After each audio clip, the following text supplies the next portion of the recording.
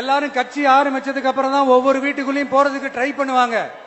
ஆனா நாங்க அப்படி இல்லை. ஒவ்வொரு வீட்டுக்குள்ளேயும் போனதுக்கு அப்புறம் தான் கட்சியாவே ஆரம்பிச்சிருக்கிறோம்.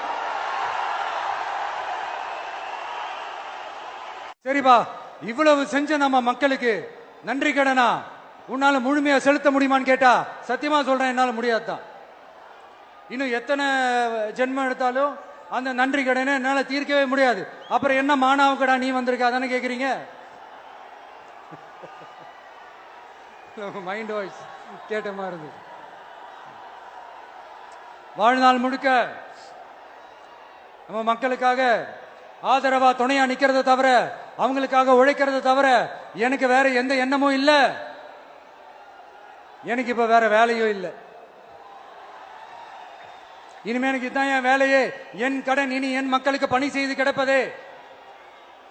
இப்படியா ஹார்ட் டு ஹார்ட் யதார்த்தமா பேசிய பழகிட்டோம்.